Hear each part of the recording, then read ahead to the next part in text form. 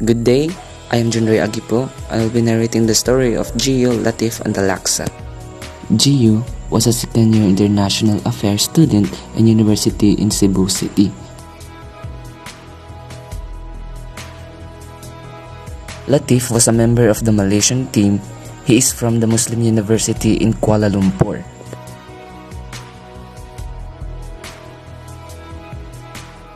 They both joined in an international model UN competition about international politics in Sydney, Australia.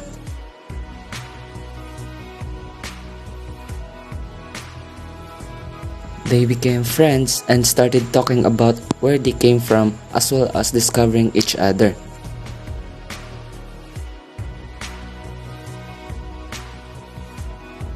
Latif was a big fan of Filipino actors Jericho Rosales and Christine Hermosa of Pangako Sa'yo that aired in Malaysian TV. Latif, what do you like best about living in Kuala Lumpur? Latif answered, our food and its history. Latif explained that in Kuala Lumpur, one can find Chinese, Indian, and Malay cuisine. The assortment of foodways was a result of how British reorganized Malaysian society during the colonization. British did little to change the way of life of the Malays who were the original residents, but brought Chinese laborers to work in the rubber plantation and the tin mines, and Indians to help manage the bureaucracy and to serve as initial professional core of the potential mid. This cuisine can be found in hawker centers across the nation's cities and towns, located in outdoor parks where locals and tourists taste the best of Malaysia.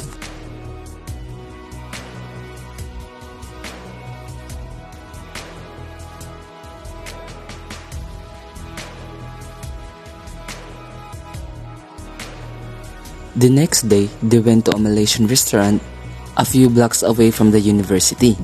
Gio was surprised to discover that Malaysian food was readily available in Sydney. It's because lots of Malaysian students moved to Sydney and the Australian-born Sydneysiders' culinary taste became diverse.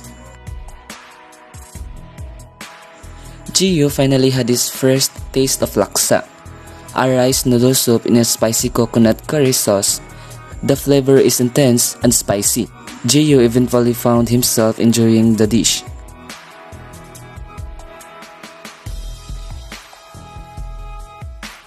An espresso drink similar to a latte.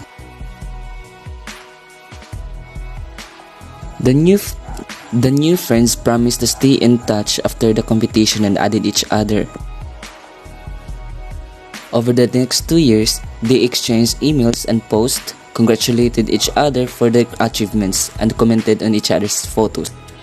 Latif sent his mother's recipe to Gio and later began cooking Malaysian food in his home.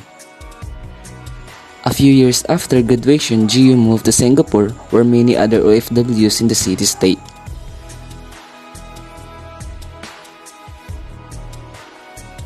The culture was new to him.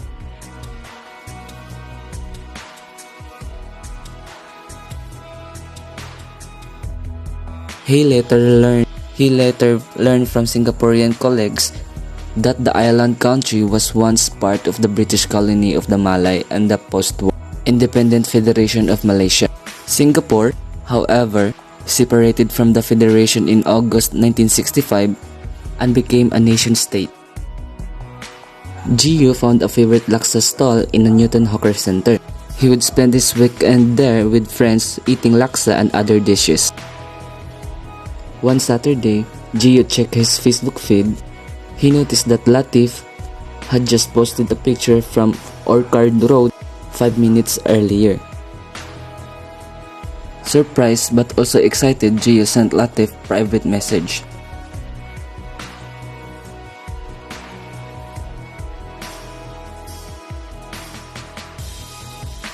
The two friends meet up after a long hug and a quick as to what each other was up to. They ducked into a cafe and renewed their new international friendship by ordering flat whites. That's all, thank you.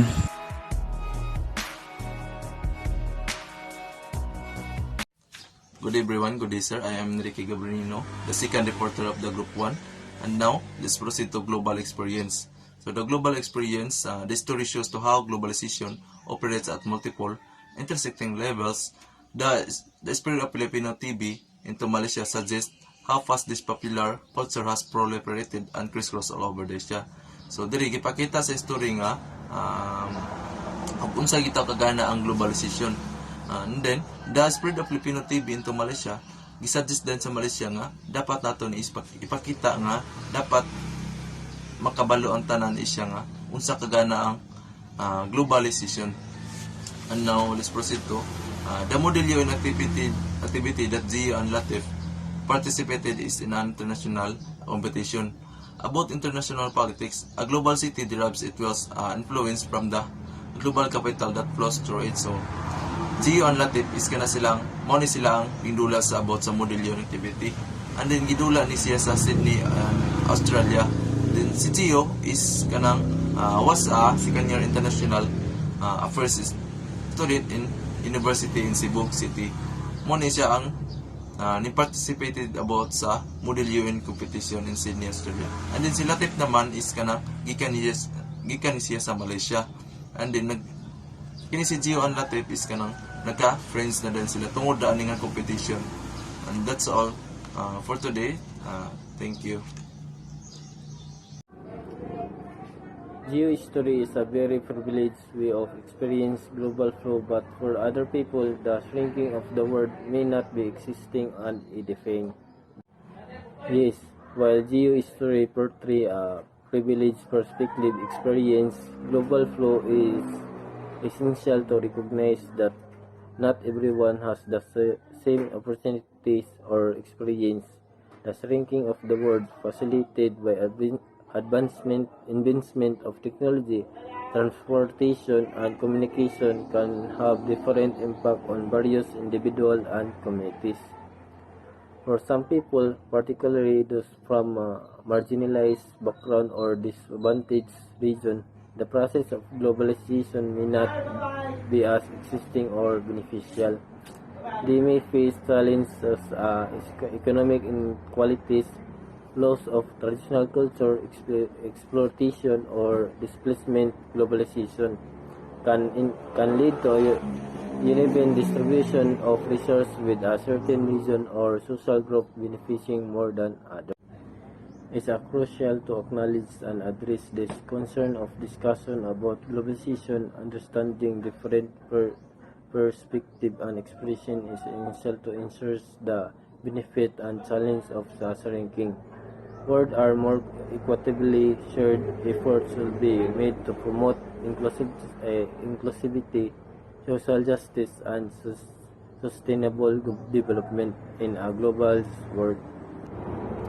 First, globalization is a complex phenomenon that occurs at multiple levels.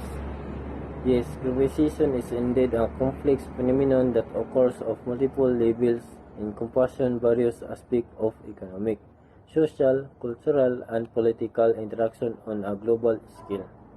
It involves interconnected processes and dynamics that influence individuals, communities, nations, and the world as a whole. Yes, because these dimensions of globalization are interconnected and mutually reinforcing, shaping the contemporary world in complex and multifaceted ways. Understanding these different levels of dimension of crucial for comprehending the impact and challenge posed by globalization and for the formulating strategies to promote equitable and sustained global development. Second, it is a uneven process that affects people differently. Globalization affects people because it is associated with rapid and significant human change. The movement of people from rural to urban area has accelerated, and the growth of cities in the developing world, especially in link to substandard living for many families, disruption and social domestic violence are increasing. Because globalization is a uneven process that affects people differently in impact and outcome are not uniform across individual communities or countries. recognize and addressing this uneven impact is crucial for achievement more inclusive and equitable outcome in a globalized world. Efforts will be made to reduce economic disparities, empower marginalized communities, promote cultural diversity, ensure fair labor practice, and bridge that digital divide. Policies and incentives that prioritize sustainable development and social justice and human rights can help mitigate the negative effect of globalization and create a more balanced and inclusive global system. Good afternoon, everyone. This is Kirby. Let's tackle about globalization, our definition. Most accounts view globalization as primarily an economic process. When a newspaper reports that nationalists are resisting globalization, it usually refers to the integration of the national markets to a wider global markets, signified by the insist free trade. So the majority account emphasizes how largely economic globalization is. When nationalists are cited as opposing globalization, newspapers typically refer to the blending of local markets with a larger global market, which is represented by expanded free trade. When activists refer to the anti-globalization movement of the 1990s, they mean resisting the trade deals among countries facilitated and promoted by global organizations like World Trade Organization. So, when activists talk about the anti-globalization movement of the 1990s, they are referring to the opposition to the international trade agreements that were enabled and supported by international institutions like World Trade Organization. The best scholarly description of globalization is provided by Manfred Steger, who described the process as the expansion and intensification of social relations and consciousness across world time and across world space. Expansion refers to both the creation of new social networks and multiplication of existing connections that cut across traditional political, economic, cultural, and geographical boundaries. For example, ano yung mga fast food chain, which is kaning McDonald's and Jollibee. Kana sila, di man na sila originally made from Philippines. But because of globalization, nahimong possible ang pag-ani sa mga fast food chain diri sa Pilipinas gikan sa ubang lugar. That's one of the impact of globalization. There is interconnectedness of people and business. Intensification refers to the expansion, stretching, and acceleration of these networks. Not only are global connections multiplying, but they are also becoming more close-like net and expanding their reach. Ang intensification ang tumutukoy sa pagpapalawak, pag-uunat, at pagpapabilis ng mga network na ito. Hindi lamang sa dumarami ang mga pangdaigdigang koneksyon, ngunit nagiging mas malapit din ang mga ito at tumalawak ang kanilang pag-abot. So from the word intensify, mahimo sila og kanang mas tumindi ang mga kailangan ng market connections at iba't ibang bansa. It is the free movement of goods, services, and people across the world in a seamless and integrated manner. There is movement of people and also goods and services. Mao na nga today naatay technologies nga gikan sa laing nasod like mga Apple products, iPhone, iPad, MacBook, gikan nga sila sa laing nasod. The final attribute of this definition relates to the way people perceive time and space. Steger notes that globalization processes do not occur merely to an objective, material level, but they also involve the subjective plane of human consciousness. The last feature of this concept has to do with how humans experience space and time. According to Steger, globalization processes do not only take place at a material, objective level, they also affect the subjective plane of human consciousness. Talking about globalization is difficult since globalization is very complex.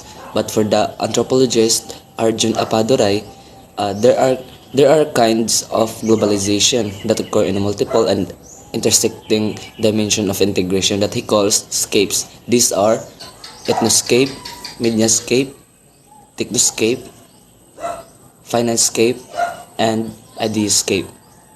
Ethnoscapes is the movement of people or a movement of the people across boundaries. Example of these are migrants, tourists, and etc.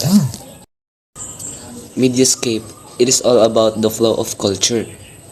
Technoscapes, it refers to the circulation of mechanical goods and software. Financescape denotes the circulation of money. Ideascape is the realm where political ideas move around.